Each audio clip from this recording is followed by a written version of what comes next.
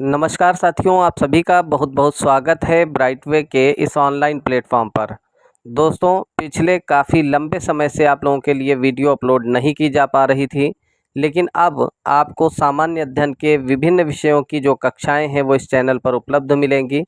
आज से लगातार वीडियो अपलोड की जाएगी, जिसका आनंद आप अपने घर पर बैठकर निःशुल्क ले सकते हैं। दोस्तों, मैं प्रयत्न ये करूँगा कि जो भी आप लोगों को पढ़ाया जाए वो सरलतम तरीके से पढ़ाया जाए और अच्छे से कॉन्सेप्ट आपको समझाया जा सके। मेरी ये क्लास विभिन्न प्रकार की प्रतियोगी परीक्षाएं जैसे उत्तर प्रदेश लोक सेवा आयोग, राजस्थान लोक सेवा आयोग, बिहार लोक सेवा आयोग, उत्तर प्रदेश अधीनस्थ आयोग की विभिन्न परीक्षाएं जैसे आपका कर्मचारी चयन आयोग है या उत्तर प्रदेश पुलिस की परीक्षा हो, अग्निवीर भर्ती हो, यूपी पेट का एग्ज़ाम हो, टेट हो, सीटेट हो, इन सभी परीक्षाओं में ये क्लास आप लोगों की समान रूप से उपयोगी होने वाली है। चैनल पर आप नए हैं तो वीडियो को लाइक और शेयर करना बिल्कुल न भूलें। साथ ही हमारे चैनल को सब्सक्राइब करें और अपने दोस्तों में ज़रूर शेयर करें ताकि आपके द्वारा जो प्रयत्न हमारे लिए किए जाएँ वो हमारे लिए मोटिवेशन का एक माध्यम बन सके। तो चलिए अधिक समय गवाए बिना ही हम अपनी क्लास को शुरू करते हैं और आज की ये पहली क्लास शुरू करते हैं इतिहास विषय के साथ। दोस्तों, सबसे पहला प्रश्न जो हमारे सामने आता है वो यही आता है कि इतिहास क्या है। लोग अक्सर बड़ी बड़ी तैयारियां कर डालते हैं और करने के उपरांत भी उन्हें ये पता नहीं होता है कि जो विषय हम पढ़ रहे हैं वास्तव में वो है क्या। बड़ी बड़ी किताबों को पढ़ने वाले भी अक्सर इस प्रश्न में फंस जाया करते हैं जब उनसे पूछिए कि इतिहास क्या है। तो दोस्तों, इसकी एक बड़ी ही सरल परिभाषा मैं आपको बताने जा रहा हूँ। वास्तव में इतिहास अतीत में गुजरी हुई महत्वपूर्ण घटनाओं का संकलन होता है। यानी हर वो चीज़ जो बीत चुकी है और महत्वपूर्ण है। दो बातें यहाँ ध्यान रखनी है कि वो बीत भी चुकी है और साथ ही साथ महत्वपूर्ण भी है।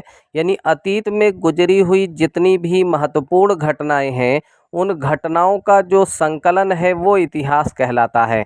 तो इतिहास कभी भी आपसे पूछा जाए कि इतिहास क्या होता है तो आप कह सकते हैं कि अतीत में गुजरी हुई महत्वपूर्ण घटनाओं का जो संकलन है। यानी जो अतीत में या जो समय बीत चुका है और उसमें कोई महत्वपूर्ण घटना घटित हुई है तो उसका जो कॉम्बिनेशन है, जितनी भी इम्पोर्टेंट घटनाएं हैं, जितनी भी महत्वपूर्ण घटनाएं हैं, उनका जो संकलन है वो इतिहास है। उम्मीद करता हूं कि इस परिभाषा के माध्यम से आप आसानी से इस बात को समझ गए हैं कि इतिहास क्या है। यानी अतीत में गुजरी हुई जितनी भी महत्वपूर्ण घटनाएं हैं उनका संकलन क्या कहलाता है, उनका कलेक्शन क्या कहलाता है, उनका कॉम्बिनेशन क्या कहलाता है, वो इतिहास कहलाता है। अब आते हैं दूसरे प्रश्न पर कि इतिहास के कितने भाग हैं। दोस्तों, मोटे तौर पर हम इतिहास को 3 भागों में बांट सकते हैं, जिसमें पहला भाग जो है उसे कहेंगे प्राचीन इतिहास। जो प्राचीन इतिहास है वो कह सकते हैं कि सबसे पहला भाग होगा। जो दूसरा भाग है उसे कहा जाएगा मध्यकालीन इतिहास और तीसरा जो भाग है उसे आधुनिक इतिहास कहते हैं। इस प्रकार से हम ये कह सकते हैं कि इतिहास के मुख्यतः 3 भाग होते हैं। पहला प्राचीन, दूसरा मध्यकालीन और तीसरा आधुनिक।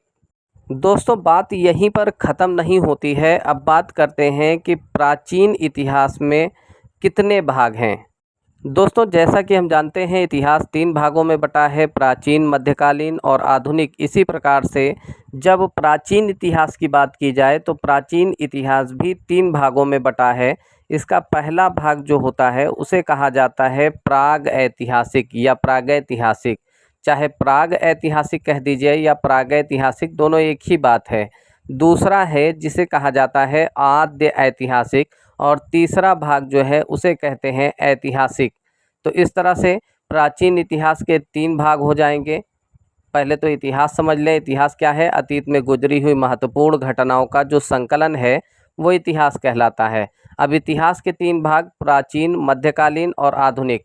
और अगर कहता है कि जो प्राचीन इतिहास है उसके 3 भाग कौन हैं, तो प्रागैतिहासिक, आद्य ऐतिहासिक और तीसरा है ऐतिहासिक।